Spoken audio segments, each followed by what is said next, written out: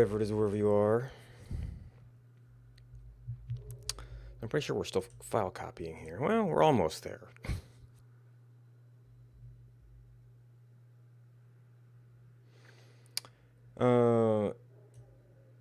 Alright, so I made changes, and one problem with the patch system is I don't have necessarily great change reporting. Hey, Yaroslav.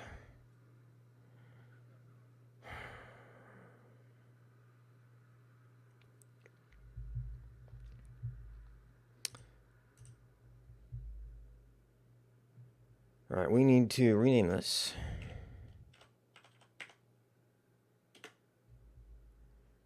V343. We need to grab our settings.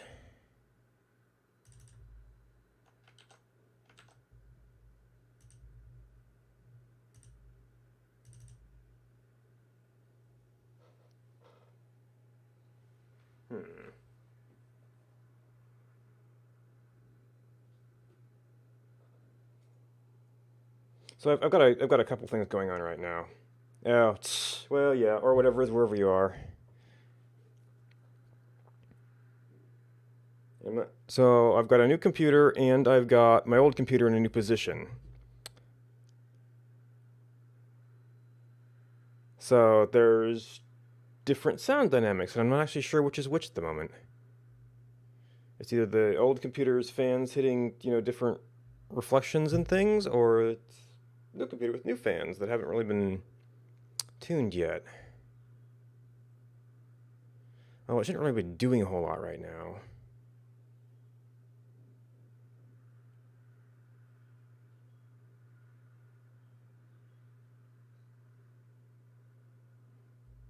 Alright, 343.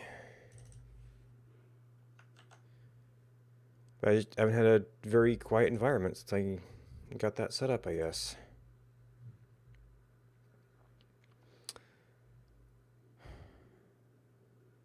Alright, so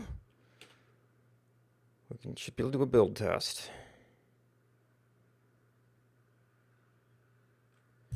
And then we're done with 2 versions ago.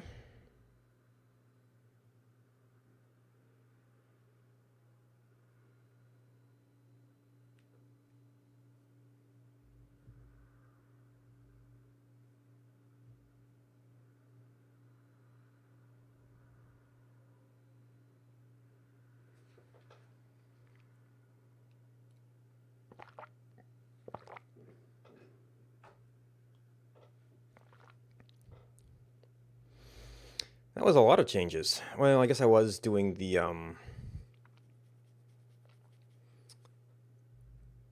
start location comparison stuff before.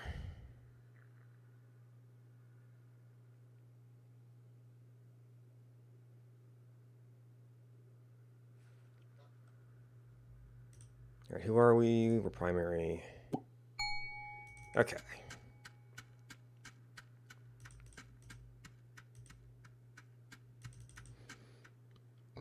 And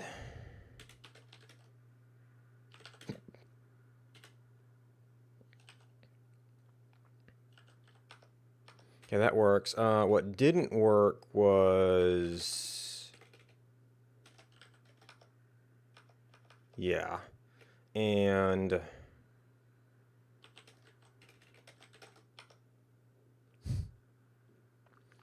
so it's not properly detecting the preceding string. So what I changed is instead of looking for the last thing with specifically a space, I changed it to look for... Oh. That was random. I didn't know I had that, though. What was that like? Was that like control? No? Okay.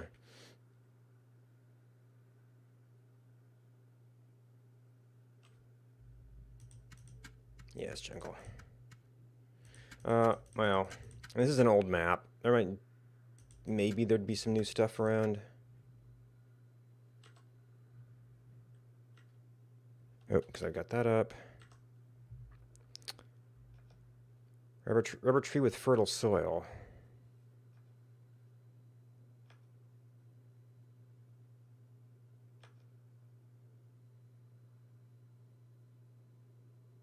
Maybe that's how you get the...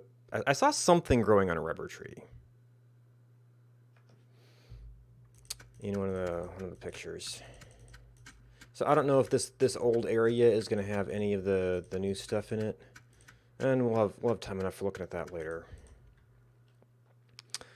All right. So I guess I really want living name completion to work off of this. I want name suggestion. We broke something with name suggestion, which wouldn't really need to work in the search case.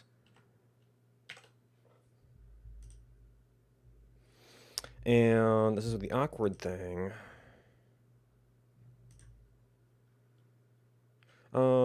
Is that something I had committed to the patches repo?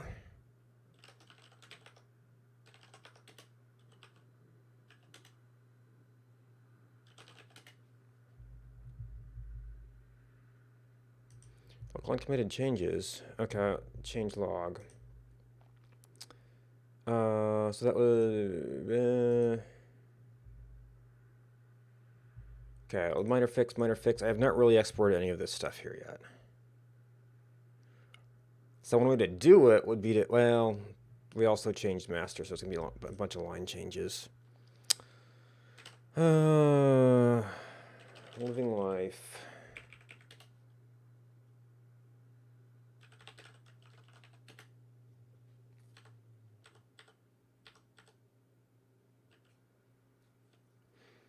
What did we change?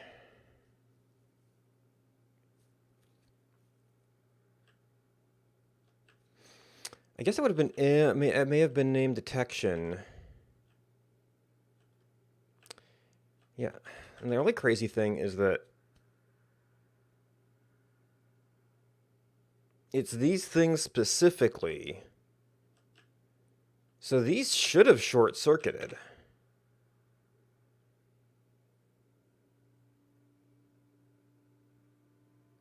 Oh, maybe this can be greater than or equal. Man, this is detecting a name.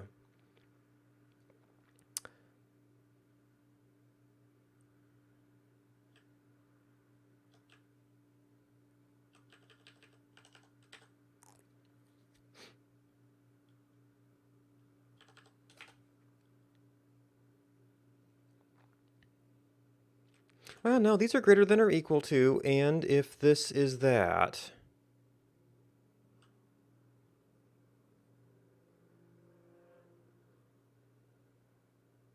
but there's nothing actually there.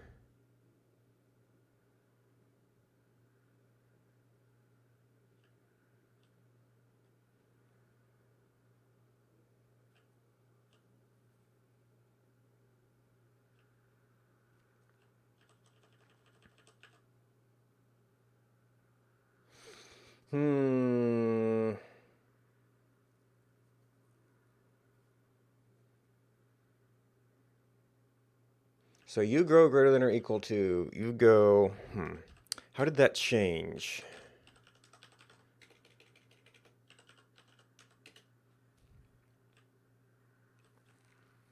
Greater than, greater than, greater than, so that returns a string.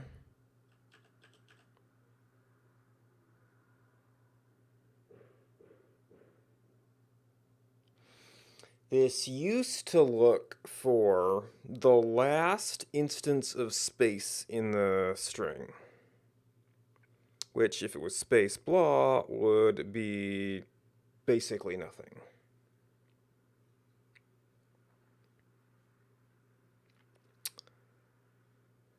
But we also use this for, you are some starter string.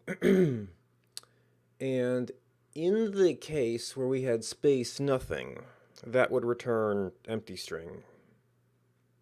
Or no, one of those.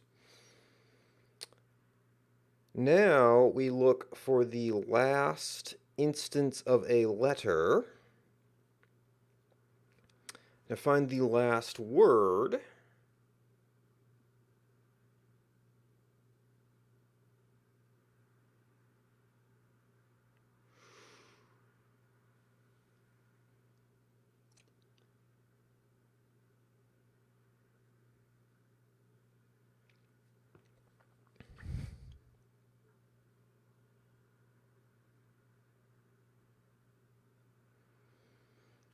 And that, well,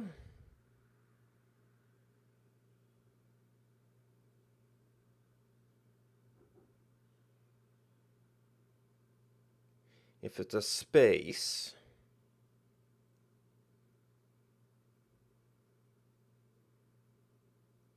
well, the other problem I'm having is that it does do, no, because even if it's like detecting the wrong text, or some of the wrong text,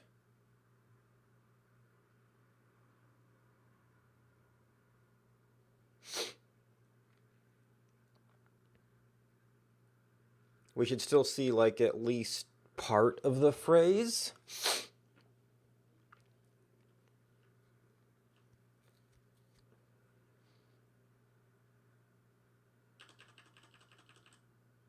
All right, so this is 1, 2, 3, 4, 5. And this is saying greater than 5. I wonder if it's making these equal would get me what I want.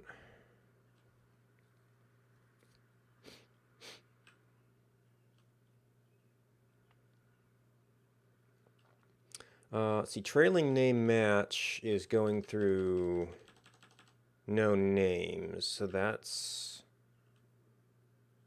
a little different. Also, gee, which patch is this?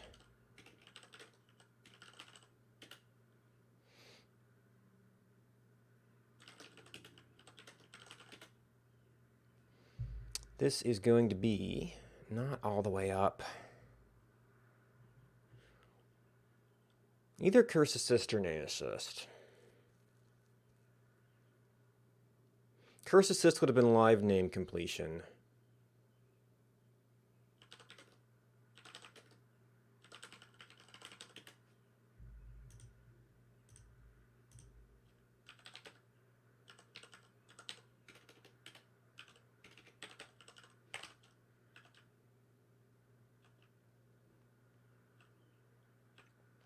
Oh. So curse was just using this.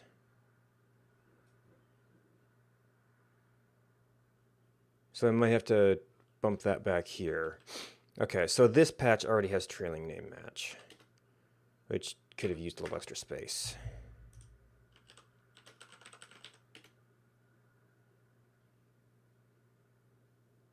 The thing I'm looking for is really in the next patch, where we do name completion. Now it's kind of off this same routine.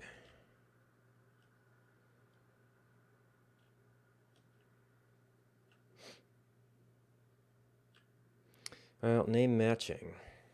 No names, no names.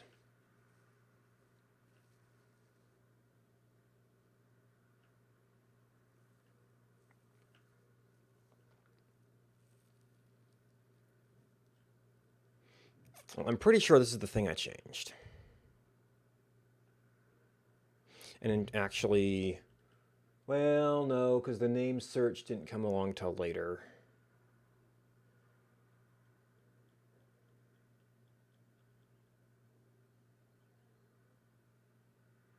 With the name suggestion.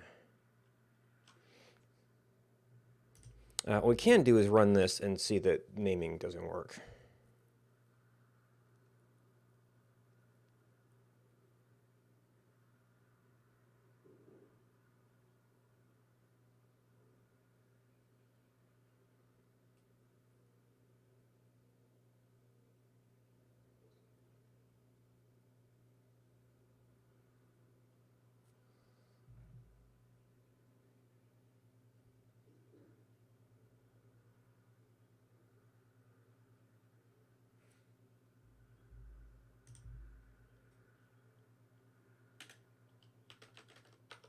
Yeah.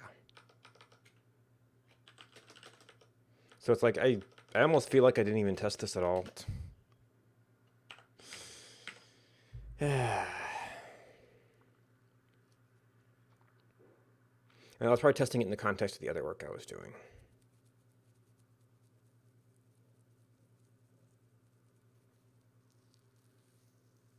So that gets us the If it's, that should be if it's a trailing word. And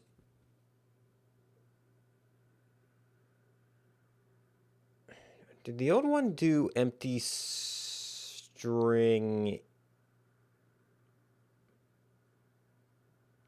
I wonder if the old one did empty string if we hit a space right away.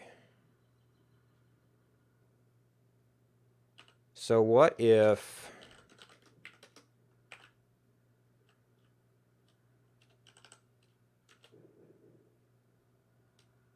I mean, this would be functionally equivalent.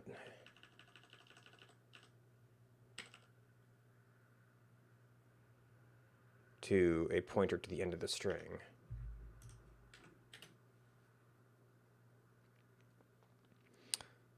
Although that says this would always return empty string rather than the original text, which could be a behavior change as well.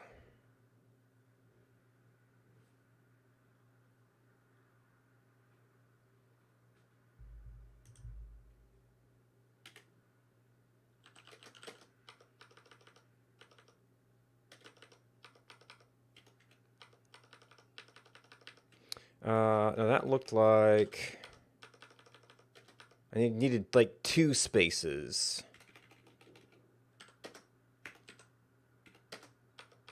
Yeah, I need 2 spaces for whatever reason. And we only get 1 suggestion. That should be cycling suggestions.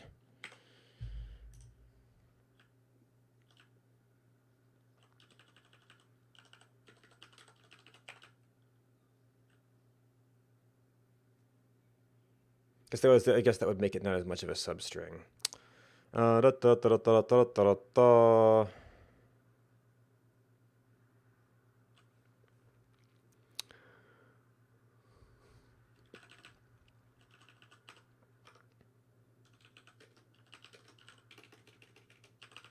You are space.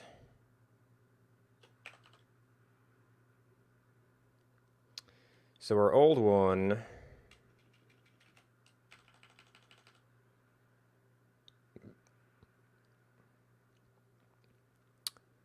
would find the last space and return a blank string.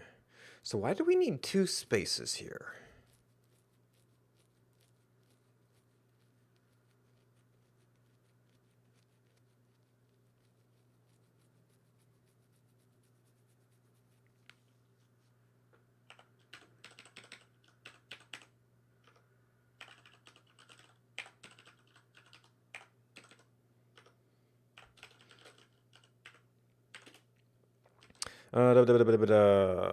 Printf. We're looking in string.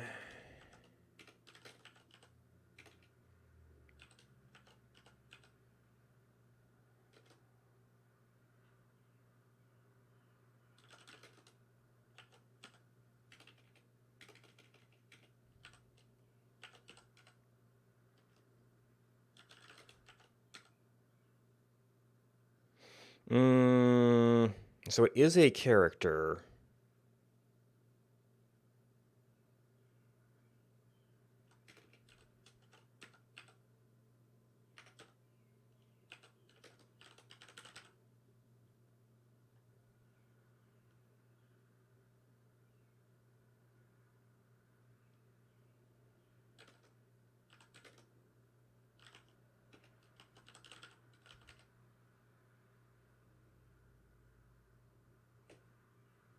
Oh. Once I do space, space, I'm greater than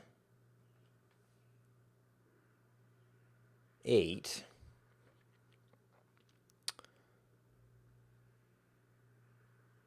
But this is supposed to return that there is some sort of name there. But this is also supposed to be able to do like hi name.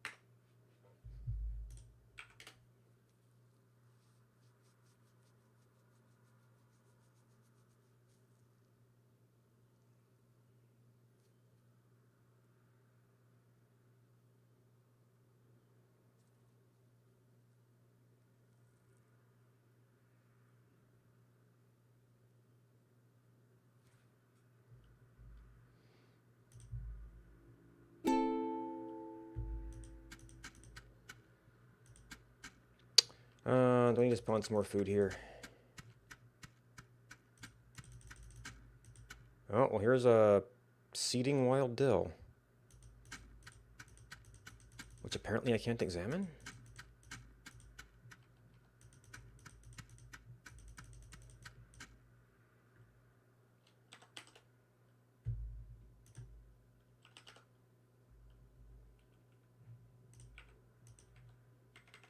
Ah.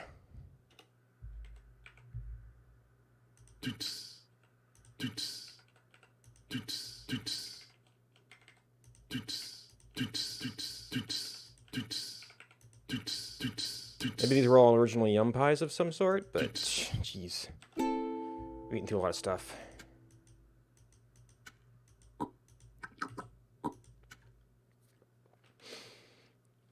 Okay.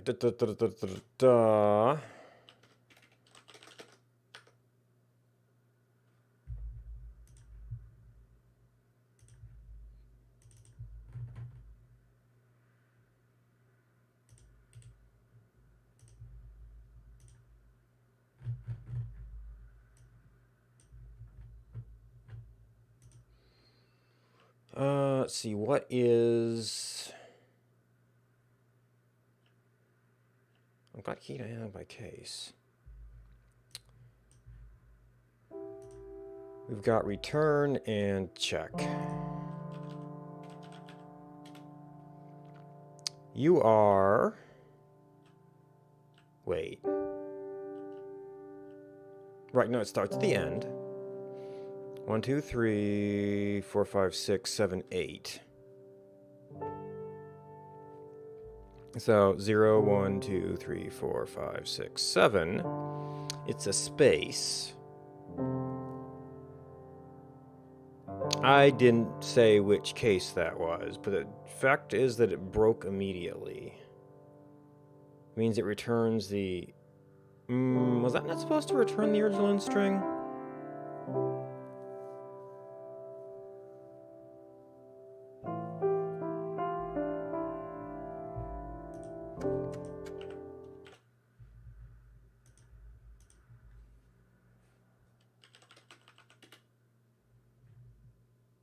Oh.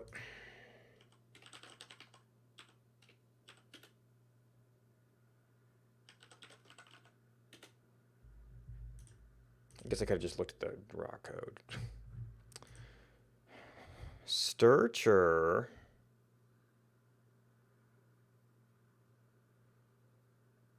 The last space. Yeah, so if there was no space in the string, it returned the string. This is returning a string with spaces in some cases.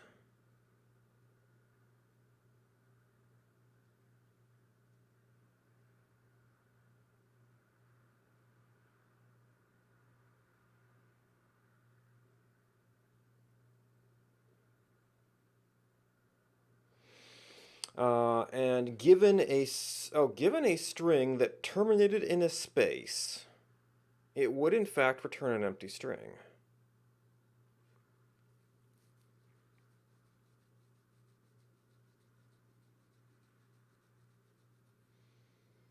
Now, I'd swear I tried doing it. Let's just make sure I didn't change something else.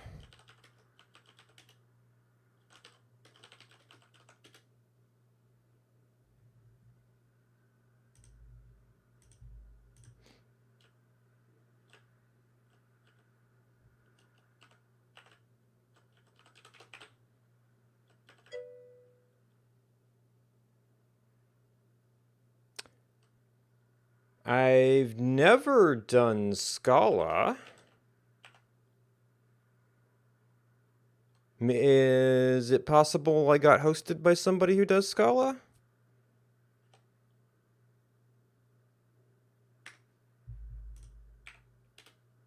Oop.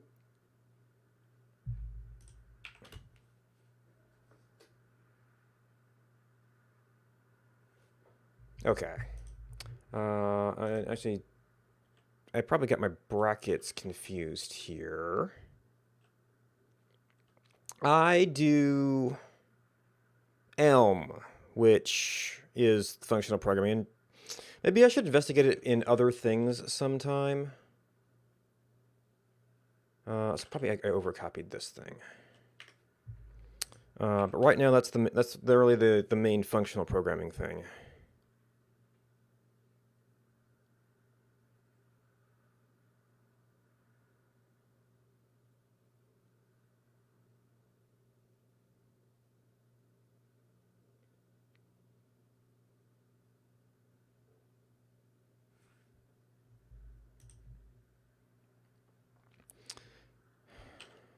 All right, so we are looking for Okay, so that algorithm in this case does exactly what we want. Now it looks to me like it should be doing pretty similar things. The index of the last space, if it's not found, we return the entire string. If it is, we return the stuff after it, which could be in it, which would be the empty string if the space was the last character.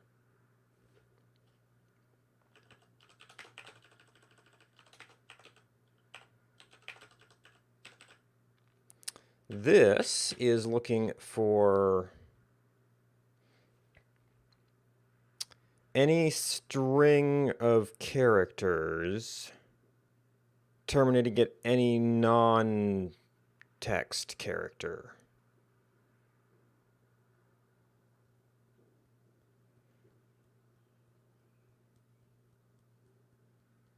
Font style. It might be a little bit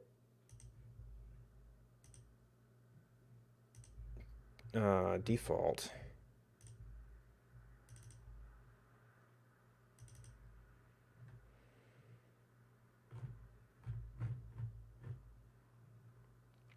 So on Windows, it is consoles for Powerline because of this stuff.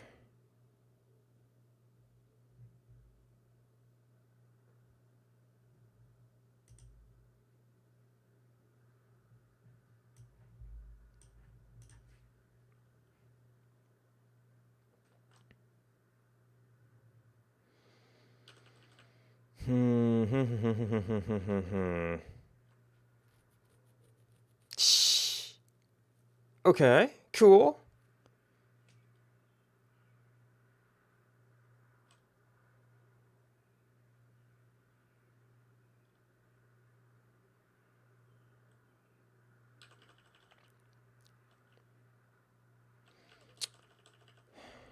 So this says we start at the last character of the string.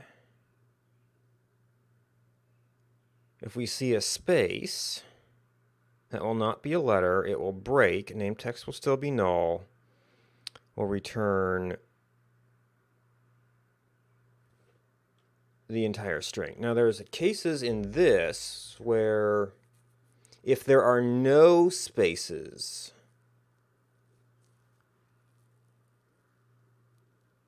we return the entire original string versus an empty string.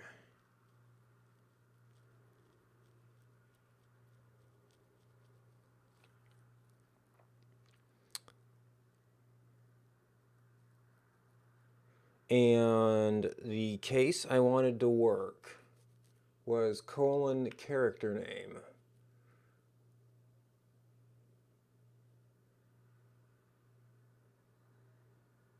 Which is actually a different thing than UR space.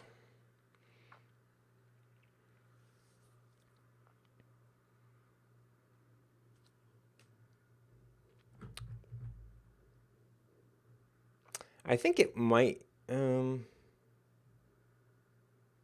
is for detecting partial names.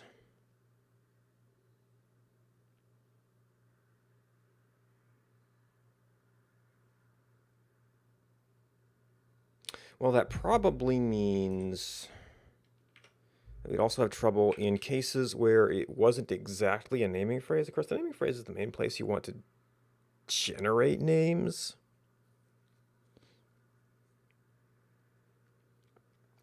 But I'm wondering if I could just make those if those would continue to work if I just did greater than or equal, rather than returning the partial name.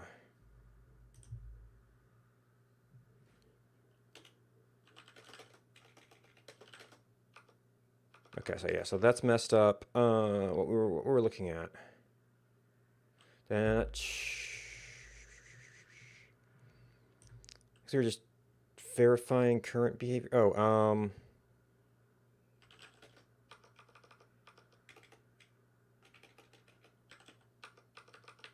okay, so any old string completes the living player. What if... Well, no, because there's also high. Well, high you want to complete. That's not name generation.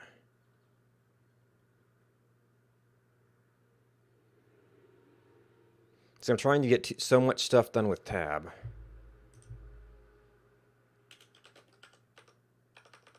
Yeah, but you wouldn't necessarily expect that to complete to anything. So we've got a case where we do that. It doesn't detect any name, and it returns the entire original string as the thing that's kind of hanging out there. So maybe these become equal?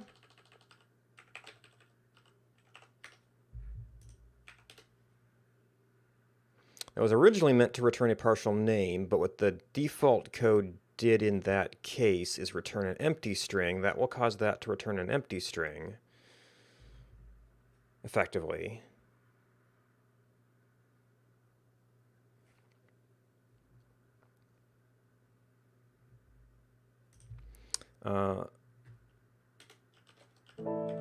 Okay, so that still works.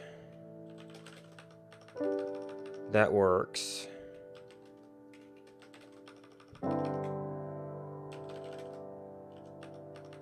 That works. And I need my other code to test the newish stuff.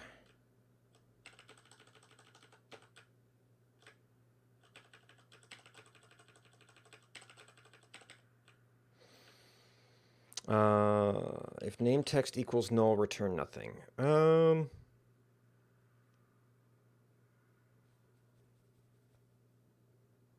I didn't necessarily test... Well, I think the general like high case was fine, because that won't trigger any of the name generation cases.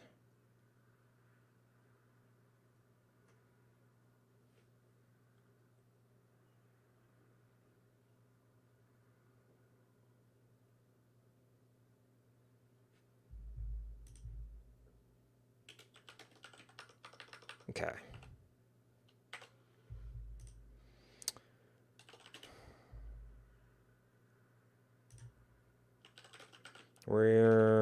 That's looking good. Although this change actually just needs to get pushed back one.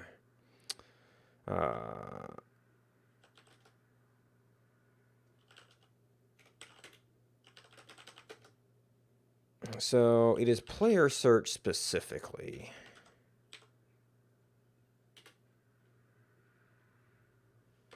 Player search, speech.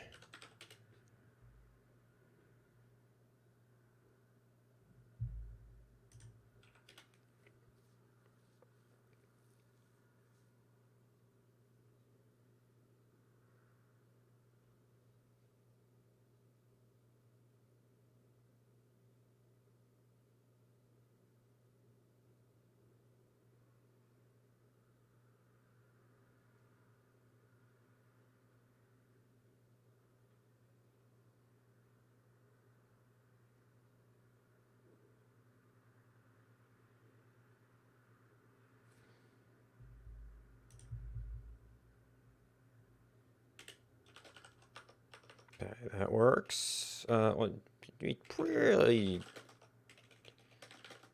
shouldn't have done anything to that. All right, so now that's what we wanted to see. We can complete names. Now, I guess I'd need two people to see if we could cycle.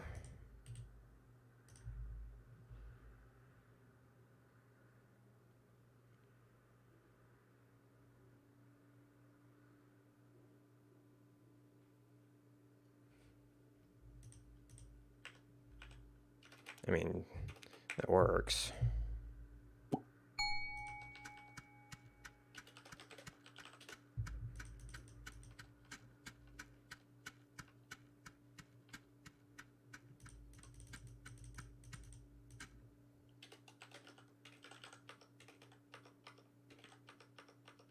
Okay, so naming cycles, that naming cycles,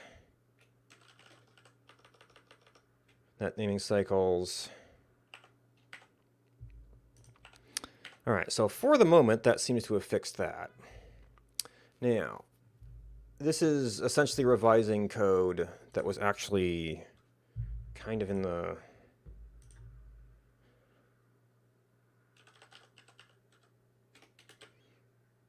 one of the previous patches. And actually, this kind of goes back to the curse patch too. STG, Mistake, you didn't change anything. STG go to.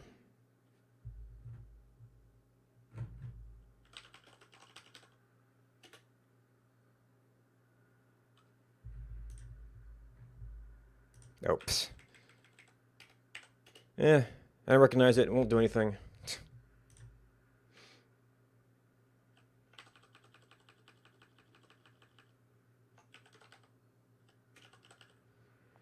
There are some big code changes in there, apparently. All right, so so we've got this became that, and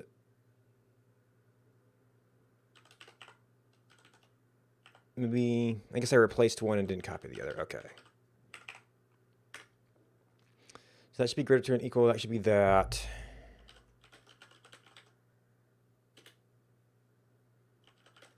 This one's going to have a conflict. Oh. Nope, I guess because they were compatible, it figured it out. We might need to make sure we refresh that. So it's going to be a little bit of a different patch.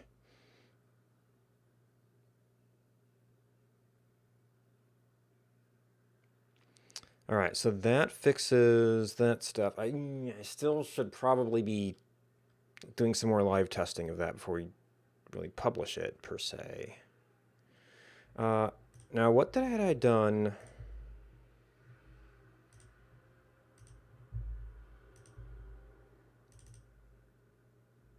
I started to put some stuff in changelog. Oh, okay, so I had already started putting these changes in. Or preparing for them, anyway, in any case. Yeah, I hadn't actually seen any commits relative to it. We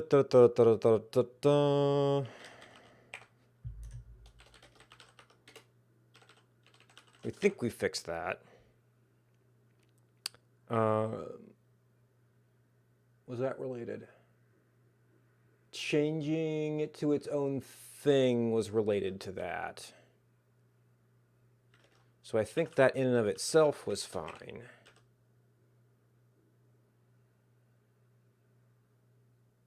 I've not been taking good notes about if I had problems with this.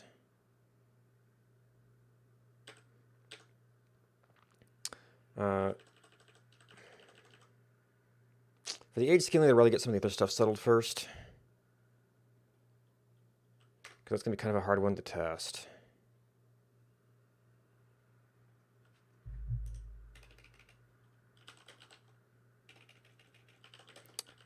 Where was I with Farlook? I think it was getting better.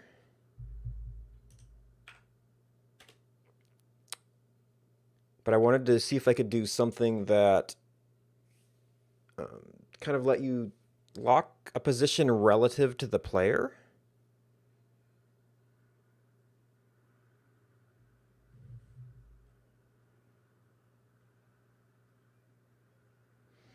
Because working with bears could be a challenge. Maybe you could do something with like moving around and then screen locking.